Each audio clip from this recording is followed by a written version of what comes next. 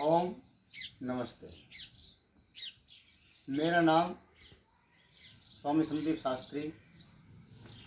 आज आपके सामने एक विशेष प्रयोजन से प्रस्तुत हुआ हूँ।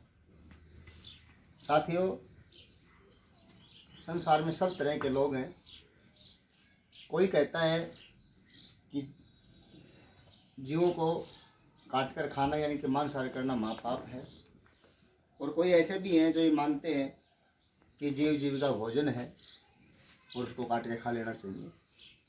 लेकिन हमारा जो विचार है वो ऋषियों वाला विचार है, और मैं ये विचार मानता हूँ कि भाई मांसाहार इंसान के लिए उपयुक्त नहीं है, मांसाहार नहीं करना चाहिए। अंडे, मांस, शराब इसे दूर रहना चाहिए। इसी कड़ी में मैं जब छोटा था तो हमारे घर में पशुपालन होता था, सब जगह होता है, अब भी होता है। मेरे पिताजी जो भैंस का बच्चा होता था यानी कि पाडा जो होता था उसको बेच दिया करते। तो मैं कहता था कि इसको आप बेच क्यों रहे हैं, ये कट जाएगा। तो पिताजी कहते थे कि फिर मैं इसका क्या करूं, इतने सारे पाडे हैं कहाँ लेके जाऊं। भाई गाय है उसको तो गौशाला में बेच सकते हैं, बछड़ा है उसको गौशाला छोड़ सकते हैं, लेकिन पाडों के लिए, कटड़ों के लिए कोई ऐसी जगह नहीं, या भैंस खराब हो जाए तो उसके लिए कोई ऐसा स्थान नहीं है जहाँ उसको छोड़ करके आ सके, और ये सुनिश्चित हो कि वहाँ पर उसकी सुरक्षा होगी। अब ये विचार भी आता था कि उनको गांव में छोड़ दें। तो हमारे गुरुजी थे मुरारीलाल आर्य जी, मेरे ही गांव के शेड़न के। उन्होंने एक बार एक पाडा नज़दीक के किसी गांव में जा कर के और छोड़ा था, लेकिन वो उसके थोड़ी जांच करते रहे तो लगभग महीने 2 महीने में ही उसको किसी ने पकड़ के और बेच दिया। तो हमारी समझ में आया कि भाई गांव में छोड़ने से भी इनकी रक्षा नहीं हो सकती। वहाँ कोई भी शराबी इसको पकड़ करके, लालची व्यक्ति इनको पकड़ करके और बेच देगा। और आज हमारा जो समाज है वो इतना कृतघ्न हो चुका है कि जिसका हम दूध पीते हैं, जो हमारा पालन करता है, उस बैल को भी अंत समय में हम साथ नहीं निभाते, छोड़ देते हैं। जो ऊँट सारी ज़िंदगी बोझल होता है, उस ऊँट को भी बूढ़ा होने पर हम बेच देते हैं, या बीमार होने पर या फिर लंगड़ा होने पर बेच देते हैं। इसी प्रकार से जो झोटा होता था उसको पहले गांव के मिलकर के खिलाते पिलाते थे, लेकिन इस समय जो भी झोटा बेकार हो जाता है या बूढ़ा हो जाता है तो पंचायत उसकी नीलामी कर देती है थोड़े से पैसों के लिए, और जिसने पूरे गांव का उपकार किया है उसको हम बेच देते हैं। ज़्यादा विस्तार पूर्वक नहीं बताएंगे, बातें होती रहेंगी, हम आपसे मिलते जुलते रहेंगे वीडियो के माध्यम से। तो इस विचार को लेकर के कुल मिला के बात यह है कि अब चलते चलते मेरे दिमाग में विचार आया कि एक गौशालाओं की तर्ज के ऊपर एक ऐसा स्थान भी होना चाहिए जहाँ पर ऊँट, भैंस, पाडा, बकरी और गौ माता, सब तरह के जीव जो हैं वहाँ पर उनकी रक्षा हो सके, उनका पालन हो सके।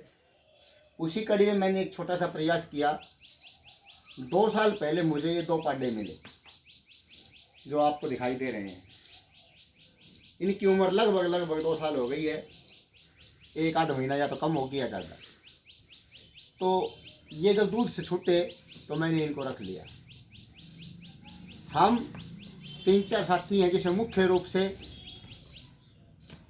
मैं इनको रखता हूँ, इनकी पालना करता हूँ, और एक साथी गुप्त है जो अपना दान और अपना सारा जो मेहनत है उसको गुप्त रूप से करता है। वो अब कहता है कि मेरा नाम नहीं लेना चाहिए, उसे प्रसिद्धि नहीं चाहिए। और 2 साथी हैं जिसे मुख्य रूप से भूमिका निभाते हैं, नरवीर यादव जी शेड़ंग से, वो बहुत सारा पैसा देते हैं। और एक हैं दान जो देते हैं वो खुराना से मनीष तंवर, वो भी खूब पैसा देते हैं, और उन दोनों के सहारे ही इनका खान पान चलता है। एक हम जो चारों ही साथी हैं, हम ये करते हैं कि भाई हमारी जो कमाई होती है उसका जो 10% हिस्सा होता है हम उसको निकालते हैं, उसमें से जो भी धर्मादा करना होता है वो करते हैं। तो उसी 10% में से नरवीर भाई जो हैं वो सरकारी जॉब में हैं, इसलिए उनके पास पैसा थोड़ा ज़्यादा आता है 10%, तो सबसे ज़्यादा पैसा इसमें देते हैं। उसके सहारे हम इनको ये तूड़ा और भाई थोड़ा सा एक पाव भर एक समय आटा इनको डाल देते हैं और उससे इनका गुजारा होता है। यानी कि पेट भर इनको तूड़ा ही मिल पाता है, ज़्यादा अच्छी व्यवस्था नहीं है, जगह भी हमारे पास नहीं है। अब जो है मेरे पास इनका जो आज तक का हिसाब है उसमें 3244 रुपये, ये जो 1 तारीख गई है यानी कि 30 जुलाई तक 31 जुलाई तक का हिसाब हुआ है, उसमें मेरे पास 3244 रुपये जमा हैं। ये जीवशाला हमने इसका नाम रखा है। ये जीवशाला, इसमें सब जीवों की रक्षा हो सकती है जैसे जैसे हमारे पास व्यवस्थाएँ होंगी।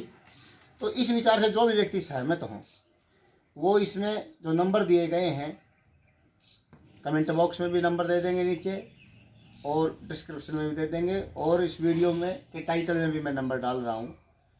जो भी व्यक्ति हमसे सहमत हों, किसी प्रकार की कोई जानकारी लेना चाहें, वो हमसे जानकारी इस नंबर पर ले सकते हैं, और किसी प्रकार कोई सहयोग करना चाहें तो भी हमें जानकारी दे सकते हैं और ले सकते हैं किस प्रकार से क्या सहयोग करना है।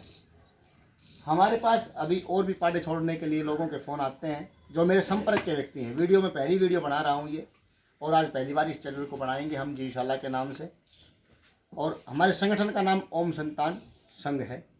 ओम संतान संघ के द्वारा ये एक प्रकल्प, उसका जीवशाला जो है वो चलेगा।